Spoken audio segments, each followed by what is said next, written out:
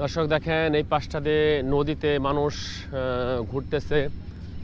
ব্রহ্মপুত্র নদীটার যে তারুণ্য, যে যৌবনদীপ্ততা, সেটা ফেরানোটা অবশ্যই খুবই জরুরি।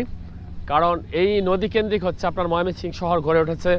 আমরা যদি প্রাচীন ইতিহাসগুলো ঘাটাঘাটি করি তাহলে আমরা দেখতে পাবো যে এই নদী দিয়ে একসময় আপনার রাজাদের আমলে এই নদী কেন্দ্রিকই কিন্তু আপনার শহরের যে প্রতিষ্ঠা সেটা কিন্তু হয়েছে। সেই ক্ষেত্রে এখন নদী এতটাই মৃত যে এখানে দেখেন আমি মাঝখান দিয়ে কিন্তু হাঁটতেছি। একসময় আমরা ছোটোকালে যখন কৈশোর ছিল তখন কলেজে পড়তাম, এই নদীতে এসে ঝাপঝুপ পারতাম এবং মাছ ধরতাম, এই ধরনের সুখস্মৃতি রয়েছে। তো এখন যে নদীর অবস্থা সেটা দেখলে আসলে চোখ দিয়ে কান্না চলে আসে।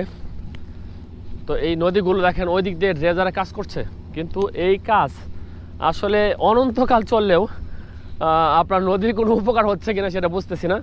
কারণ যত দিন যাচ্ছে ততই কিন্তু নদী ভরাট হচ্ছে। এখন এই ড্রেজারগুলো আসলে কী কাজ করতেছে সেটা উপরওয়ালাই ভালো জানেন, এবং যারা এটার সাথে সংশ্লিষ্ট আছেন তারাই বলতে পারবেন।